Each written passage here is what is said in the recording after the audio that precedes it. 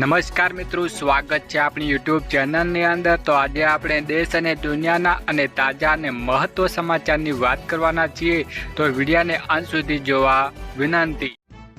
સૌ પ્રથમ સમાચારની વાત કરવામાં આવે તો હવે ગુજરાતમાં થશે કઈ મોટી નવાજૂની।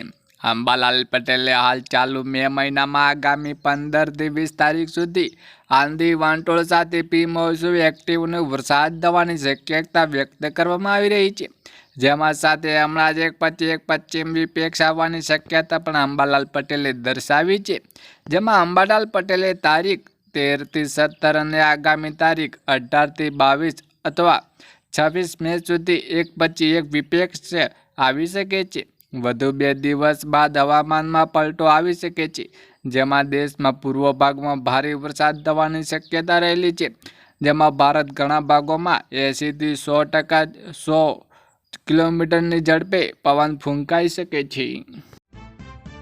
સૌથી અગત્યની વાત કરવામાં આવે તો બિલ આવે તો ઝીરો। હજારો ગરીબ પરિવારને પીએમ સૂર્ય ઘર મફત વીજળી યોજના જોડાવામાં તેમના વીજળી બિલનો બોજ ઘટાડી રહ્યા છે। આ યોજના હેઠળ તેમના છત પર સોલાર પેનલ લગાવીને તેઓ દર મહિને 2000 થી 3000 રૂપિયાના વીજળી બિલની ચિંતા કરવાની જરૂર નથી, જેમાં વધતા વીજળીના બિલને કારણે દેશના ઘણા લોકો હવે તેમના ઘરની છત પર સોલાર પેનલ લગાવી રહ્યા છે।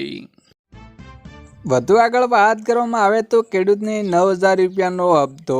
બંગાળના વિધાનસભા ચૂંટણી પ્રચાર દરમિયાન વડાપ્રધાન નરેન્દ્ર મોદીએ લોકોને વચન આપ્યું હતું કે જો તમે રાજ્ય સરકાર બનાવશે તો તે પીએમ કિસાન સન્માન નિધિ હેઠળ 9000 રૂપિયા મળશે। હાલમાં પીએમ કિસાન સન્માન નિધિ યોજના હેઠળ ખેડૂતોને હવે ખાતામાં 6000 રૂપિયાના હવે 3 હપ્તા મોકલવામાં આવશે, જે આ પૈસા 4 મહિનામાં અંતરાલ પર વહેંચવામાં આવી રહ્યા છે। વધુ મહત્વની આગળ વાત કરવામાં આવે તો ક્યારે આવશે 23મો હપ્તો।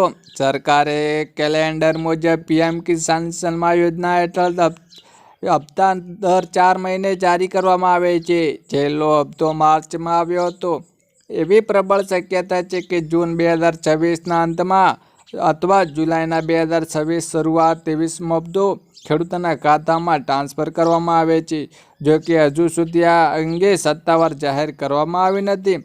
ઉલ્લેખનીય એ છે કે યોજના હેઠળ પાત્ર ખેડૂતોને વાર્ષિક 6000 રૂપિયાની આર્થિક મદદ 3 સપ્તાહ 2000 રૂપિયા દરે પૂરી પાડવામાં આવે છે, જે ખેડૂતે પોતાની વિગતો અપડેટ રાખી શકે અને તેને કોઈ પણ ચિંતા કરવાની જરૂર પણ નથી। વધુ આગળ વાત કરવામાં આવે તો જીત સાથે મોદી સરકારની જાહેરાત।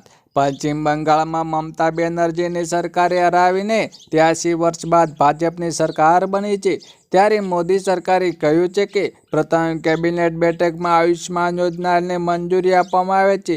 શું આ સારો નિર્ણય છે કે હા કે ના? વધુ આગળ વાત કરવામાં આવે તો એલપીજી સિલિન્ડરના મોટો ઝટકો।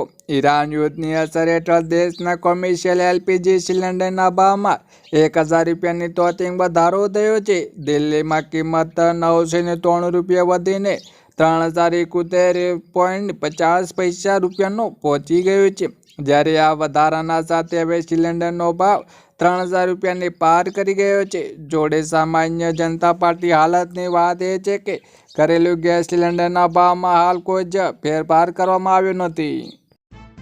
વધુ આગળ વાત કરવામાં આવે તો ગુજરાતમાં જૂનથી વસ્તી ગણતરીઓનો પ્રારંભ। ગુજરાતમાં જૂન મહિનામાં 16 વર્ષથી ગણતરીનો પ્રારંભ થશે।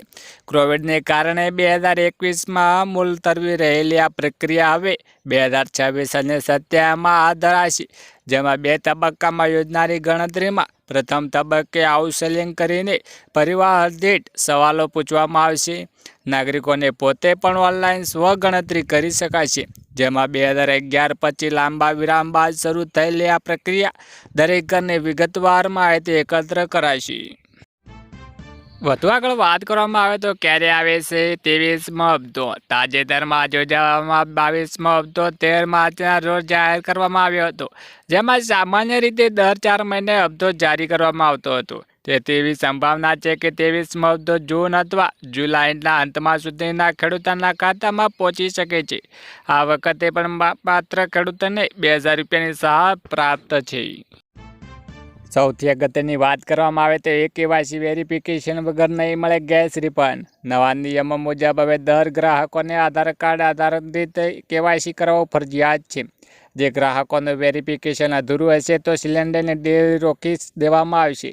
ખાસ કરીને એવા ગ્રાહકો છે કે જેમણે જૂન 2025 પહેલાં ગેસ રિફંડ કરાવ્યું હતું તેમને ઇનએક્ટિવ ગ્રાહક માનવામાં આવશે અને જ્યાં સુધી તે વેરિફિકેશન પૂર્ણ નહીં કર્યું હોય ત્યાં સુધી નવા સિલિન્ડર ઓર્ડર આપી શકાશે નહીં. આ ઉપરાંત હવે સિલિન્ડરની ડિલિવરી સમયે OTP one time password verification પણ ફરજિયાત બની રહ્યું છે. સૌથી અગત્યની વાત કરવામાં આવે તો રોજગાર મેળવવા માટે 20,000 રૂપિયાની સહાય. ગુજરાત સરકાર દ્વારા માનવ કલ્યાણ યોજના અંતર્ગત 20 સ્વરોજગારલક્ષી યોજના અમલમાં મૂકવામાં આવી રહી છે.